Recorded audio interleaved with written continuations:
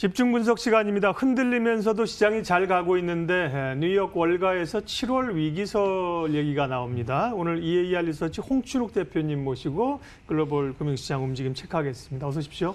네, 안녕하세요. 위기설이 반갑습니다. 왜냐, 위기설이 나와야 실제 위기가 오지 않기 때문입니다. 그렇죠? 뭐 갑자기 느닷없이 위기가 오는 거고, 뭐 7월 위기설, 6월 위기설 얘기할 때마다 사실은 별로 온 적이 없기 때문에. 예. 네, 굉장히 창의적인 해석이십니다. 지금 위기설이 나오는 건 월가에서 뭐 어떤 이유 내용인가요? 이제 그 케어스, 다시 말해서 이제 5월달 통과됐던 2조 달러 규모에 달하는 대규모 경기 부양 법안 PPP라고 하잖아요. 예. 이 고용에서 이제 그 위협을 느끼거나 또는 일자리 잃어버리시는 분들을 보호해주기 위해서 정부에서 만든 법안인데요. 그 법안에서 이제 돈을 갖다가 써야 되는 것들을 거의 다 썼다. 네. 그래서 7월이면 일단 호주머니가 소비에, 이제, 그렇습니다. 예. 호주머니가 빈 가능성이 있다. 두 번째는 최근 들어서서 이제 미국의 경제 지표들은 잘 나오고 있지만 네. 신규 실업수당 신청자 수가 여전히 늘어나고 있다. 그러니까 다시 말해서 경제에 어떤 미칠 수 있는 충격 요인들이 여전히 잠복해 있는 상황에서 경기 부양 법안의 효과는 소멸된 거 아니냐. 그리고 이제 마지막 세 번째가 어제였죠. 피터 나바로. 네. 에 의한 미중 합의 파기 뭐 이런 이야기들까지 나오면서 금융시장의 참가자들 입장에서 일단 가장 주목해서 봐야 될 이슈는 결국 세 가지. 뒤에 순서부터 다시 하자면 첫 번째로 이제 미중 관계에 있어서 어떻게 될 것인가. 이게 이제 우리한테 왜 중요하냐면 중국 위엔화 환율을 사실 건드리기 때문에 네. 우리 입장에서 중요한 거죠. 그림 한번 보여주시면 감사하겠는데요. 예. 그림에서 그 빨간 선으로 표시되어 있는 부분이 저 중국의 위엔화 환율이고요. 그리고 파란 선이 우리나라 달러에 대한 원화 환율인데 최근 들어서 한 3, 4년간의 흐름을 한번 봐주십시오. 이 흐름이 거의 비슷하게 같이 움직이죠. 빨간 선, 파란 선이 같이 움직입니다. 결국 우리나라 환율은 자유시장 변동 환율로 움직이고 있는 환율이고 중국은 좀 어떻게 본다면 관리 변동 환율 제도에 그렇죠. 가까운데 예. 최근 들어서서 중국 환율이 상승할 때마다 우리 환율도 흔들린다. 이게 결국 미중 무역 분쟁에 어떻게 보면 저 흐름이 환율이 일종의 신호 역할을 하는 거죠. 미국과 중국 간의 관계가 나빠지고 두 나라 간의 무역 마찰에 대한 긴장감이 높아질 때 위엔화가 약세, 환율 네. 상승이니까 달러의 강세가 나타나게 될 때 그때 우리도 따라가는. 그러면 한국에 굳이 외국인 투자자들이 대거 유입될 이유가 잘 없잖아요. 부담스러운 요인이죠. 네, 그렇습니다. 이와 같은 여러 요인들 거기다가 정부 정책들이 앞으로 어떻게 될 것인가. 그리고 세컨드 아웃브레이크 다시 말씀드려서 이 리오픈 문을 열었는데 이게 다시 미국의 한 5개 주에서 대규모 감염이 나타나고 있다는 그런 요인들까지 나오면서 7월에 대한 투자자들의 관심들이 일단 위기설이 나온 요인은 이 세 가지로 요약할 수 있겠습니다. 예, 지금 잠깐 말씀하셨지만 이제 그런 거를 실제 가치로 확인할 수 있는 게 달러화 가치였고요. 그 밖에도 보면 원자재 시장에서 국제 유가나 유가 40달러 회복하고 구리값도 요즘 최근에 많이 올라오더라고요. 그런 것들은 좀 경기 회복에 대한 좀 기대를 갖기도 하는데 또 금값이 오르는 건 또 안전자산이고 상당히 좀 혼재되어 있습니다. 시장 유동성들이. 이제 우리 입장에서 좋은 뉴스와 나쁜 뉴스가 있는 거죠. 네. 그러니까 이제 금값이 오르는 건 사실 그렇게 좋은 뉴스라고 볼 수는 없는 거죠. 왜냐하면 투자자들이 좀 불안해한다 이렇게 네. 볼 수 있는데 이제 반대로 유가가 오르는 건 우리 입장에서 굉장히 좋은 뉴스다. 감히 이렇게 좀 말씀을 드리겠습니다. 그림 한번 보시면 좋을 것 같은데요. 바로 미국의 달러 가치, 파란 선이 미국의 달러 가치고요.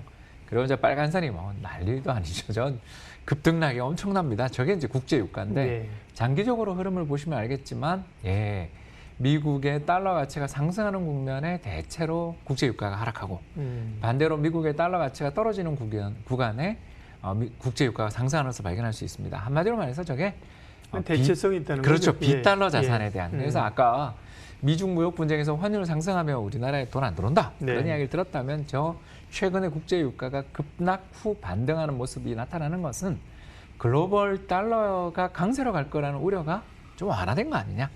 더 나아가서 미 연준이 아까 방금 이야기 잘 하신 것처럼 7월에 고갈 우려가 있잖아요.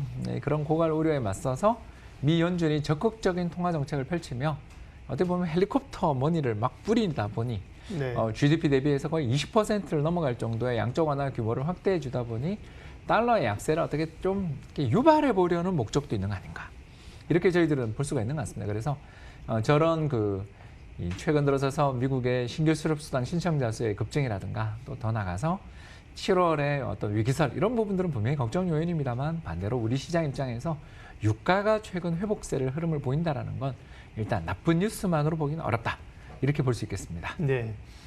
실적 얘기를 하겠습니다. 결국은 이 우려감들이 희석되면서 실적이 좋아지진 않더라도 이제 좀 나빠지는 게 잦아들어야 되는데 지금은 성장주들이 막 달려가고 있는데 사실 기대감을 땡겨 쓰고 있는 거잖아요. 그러니까 실적을 열어봐야 되는데 실적을 열어봐도 가치주는 부진하고 그래도 성장주가 그나마 실적이 나을 것이니 2분기 실적이 되면 성장주가 오히려 모멘텀을 얻을 것이다. 이런 주장도 있고요. 어떻게 보세요? 실적 관련해서. 저도 아직 성장주 쪽으로 조금 더 보고 있습니다. 이게 왜 그러냐 하면 사람들이 분명히 케어스 법안 아까 이야기했던 2조 달러 규모의 대규모 경기 부양 덕분에 확실히 5월 미국의 리테일 세일즈 소매 판매를 보면 굉장한 급등이 나타났잖아요. 그림 한번 보여주시면 감사하겠는데 뭐 V자 반등이 나타나고 있어요. 저 그림 말고요.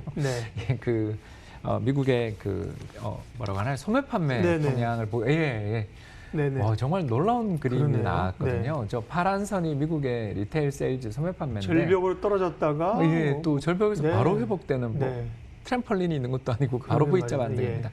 저렇게 회복이 나타나게 될 때는 일단 경기 회복에 대한 기대가 높아지며 다 올라야 되는데 문제가 소비의 구성 품목이나 이런 걸 살펴보면 휘발유 소비라든가 자동차 판매 이런 건 여전히 부진한데 온라인 쪽이라든가 생식품 이런 쪽만 회복이 굉장히 강하더라. 그러니까 외식 이런 건 아직도 약하고.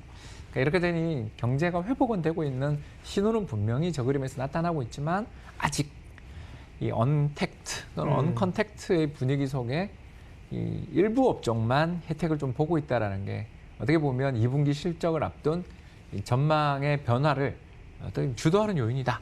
이렇게 좀 볼 수가 있는 것 같습니다. 그 앞그림은 뭘 의미하기 위해서 가져오신 건가요? 그 그림도 좋은 그림인데 스킵돼 버려가지고 죄송하고요. 바로 이제 왜 성장주를 자꾸 사라 그러느냐에 대한 그림이 나와 있는데 저 그림에서 이제 파란 선이 뭐냐면 금융시장 참가자들의 인플레이션 기대를 한번 숫자로 저렇게 표시해 본 것입니다. 저게 이제 뭐냐면 미국의 국고채 금리와 반대편에 뭐냐면 인플레이션에 대해서 해칭을 해주는 물가 연동 국채, 두 가지 국채가 미국에 존재하는데 저 둘의 차이를 빼게 되면 일종의 인플레이션 기대를 뽑아낼 수 있는데 저 파란 선 끝부분을 보시면 알겠지만 인플레이션 기대치가 상당히 낮아져 있다. 그러니까 인플레 기대가 낮을 때 자산주들이 이게 참 또는 장비를 굉장히 많이 가지고 있는 기업들이 인플레가 나지 않고 매출이 인플레가 나야 매출이 늘 텐데 매출이 전부 다 같이 느는 그런 환경이 아닌데 과연 가치주가 시장 대비 초과 수익, 아웃퍼폼 할 수 있겠는가를 보여주는 그런 그림이 되겠습니다. 그래서 저는 여전히 성장주에 대해서 좀 더 관심을 가지고 있습니다.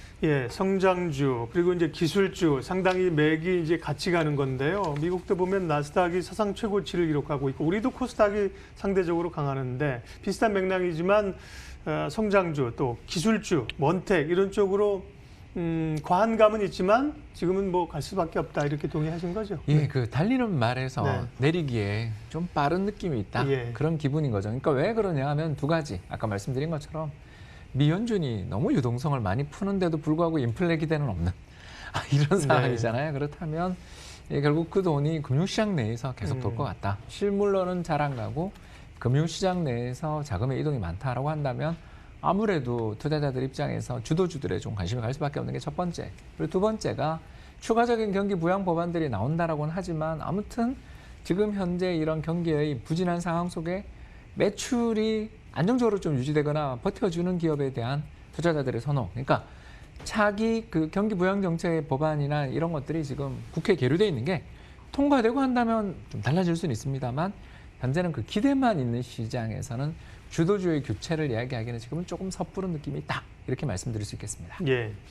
7월 전략으로 마무리하겠습니다. 사실 전통적으로 최근에 몇 년간 우리 여름장이 약했습니다. 7, 8에 약했는데요. 근데 올해는 과거의 수치를 들이대기에는 워낙 큰 변화들이 좀 있었고 바닥을 찍고 올라오는 국면이라 7월 전략 좀 제시해 주세요. 그냥 울퉁불퉁한 길입니다. 시장 자체는 상승으로 보입니다만 단기 조정들이 두 주 전에 있었던 6% 조정처럼 일시적인 조정의 흐름들은 뉴스플로우 따라 나올 수밖에 없는 그런 시장 상황이다라는 건 열어두시고요. 그런 흐름에서 놓고 본다면 너무 특정 종목과 업종에 대한 집중보다는 제 생각에는 조금 분산 다각화해 나가는 전략 쪽 좋아 보이고요. 특히 오늘 그 뉴스플로우에서도 보셨겠지만 미국의 건설 투자가 엄청 늘어나는 신규주택 판매 늘어나는 거 보셨을 겁니다. 그런 것처럼 좀 리츠라든가 또는 미국의 모기지 채권 같은 그런 좀 다른 대체성의 자산에 대해서도 관심을 조금 다변화해 보시는 것도 7월에 울퉁불퉁한 길을 달릴 때 도움이 되지 않을까 기대해 봅니다. 변동성이 커진 덜컹거리는 길을 지혜롭게 달릴 수 있는 방법을 오늘 EAR 리서치 홍춘욱 대표님과 함께 말씀 나눴습니다. 고맙습니다.